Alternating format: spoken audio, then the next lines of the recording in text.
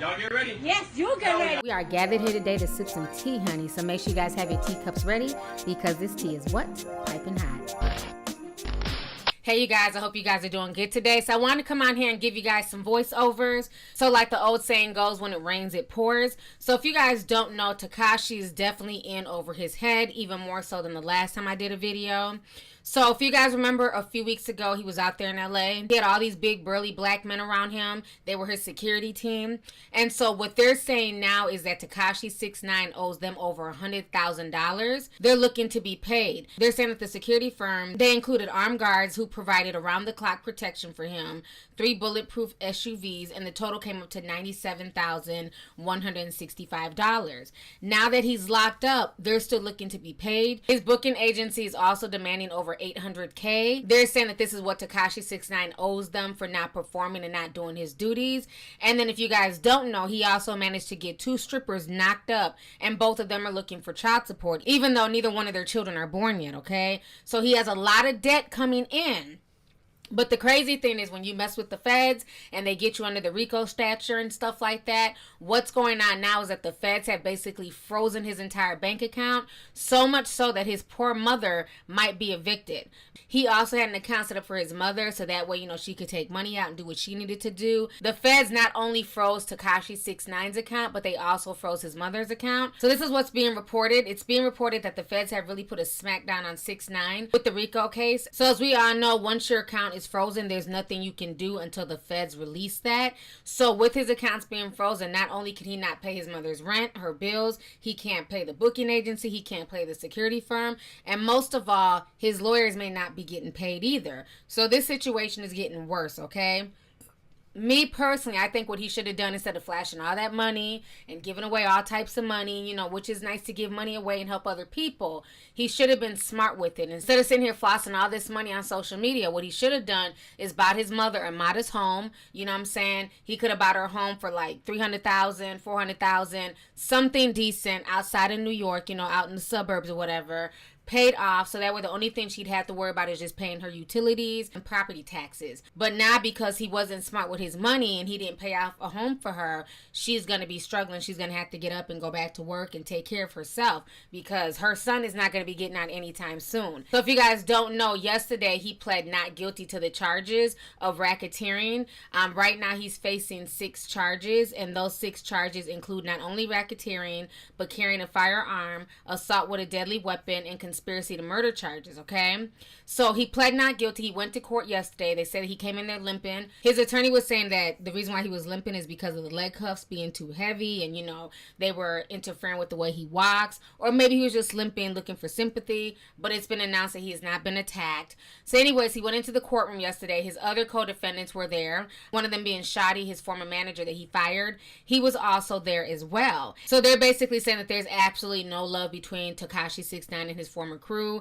They had him sitting apart from the other co-defendants, which makes sense because, again, if you guys have beef, why would they have them sit next to each other? So they're saying, like, while the judge was talking and while the hearing was going on, Tekashi was looking up at the sky. He refused to make any eye contact with his old crew.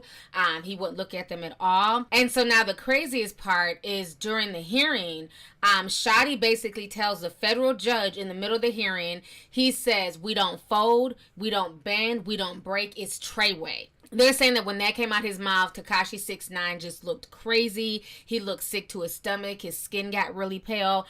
I mean, which makes sense because they're all fighting for their freedom. And you're sitting here basically proudly announcing that you are in a gang. This is a gang. We don't fold. We don't bend. You're basically talking shit to somebody who holds your life, the rest of your life, in their hands.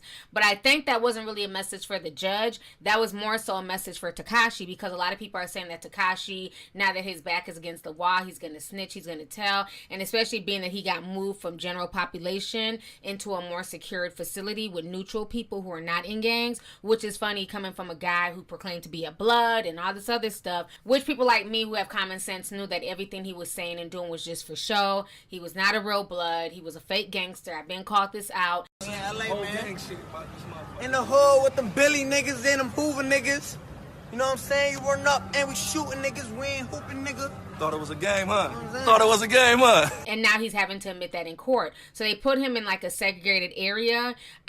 So a lot of people said that the reason why he got moved is because he's snitching. But his lawyers have since come out and said that he has not snitched on anybody. But I think that when Shotty said that in the middle of the court case, that was a clear shot. That was a clear message to Tekashi 6ix9ine, okay? So now the craziest thing is this. Initially on Tekashi 6ix9ine's Instagram, they had wrote this the other day. And they said, due to circumstances beyond our control, we have postponed the release of Tekashi 6ix9ine Dummy Boy until further notice.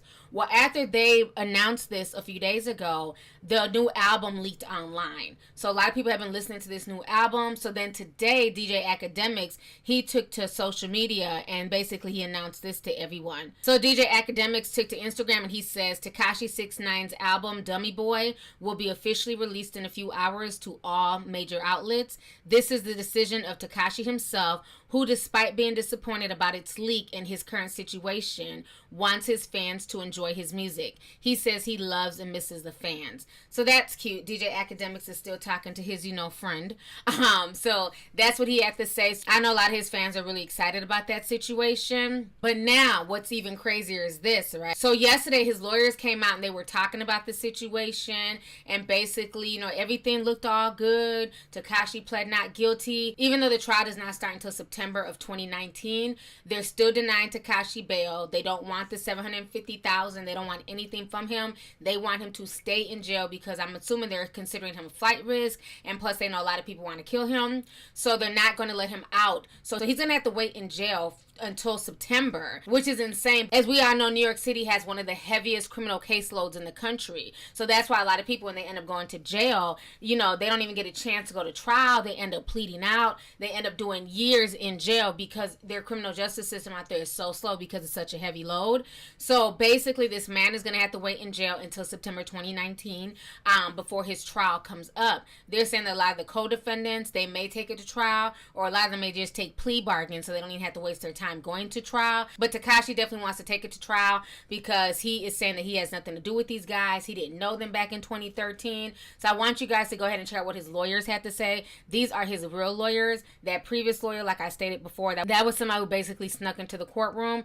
But here goes Tekashi 6ix9ine's real lawyers right here. Go ahead and check this out. Tonight about the man who calls himself Tekashi 6ix9ine, the rapper, pleading not guilty to racketeering and firearms charges today in federal court in Lower Manhattan. The Brooklyn-based rapper, whose real name is Daniel Hernandez, denied bail, and his trial now set for next September.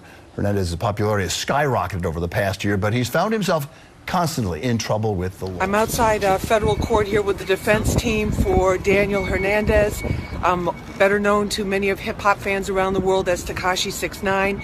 And we just had a very long hearing. He was arraigned on the charges along with the other co-defendants. And I want you to hear from the lawyers because there's been a lot of talk about what this is all about. And this is Mr. Lance Lazaro right here and Ms. Dawn Florio. And Lance, what do you think about this case? I think it's a far-reaching indictment that Mr. Hernandez has very little involvement with, other than basically using his social media to promote his music. As far as being part of this Treyway blood gang, completely false, and I think that will come out in court when the facts are brought out. Now, in the court papers, they talk about him meeting with them or incidents going back to 2013. But tell me why you have a problem with that date. He doesn't know any. He did not meet any of these individuals until September of 2017. I'm very proud of Danny. Is that he's brilliant.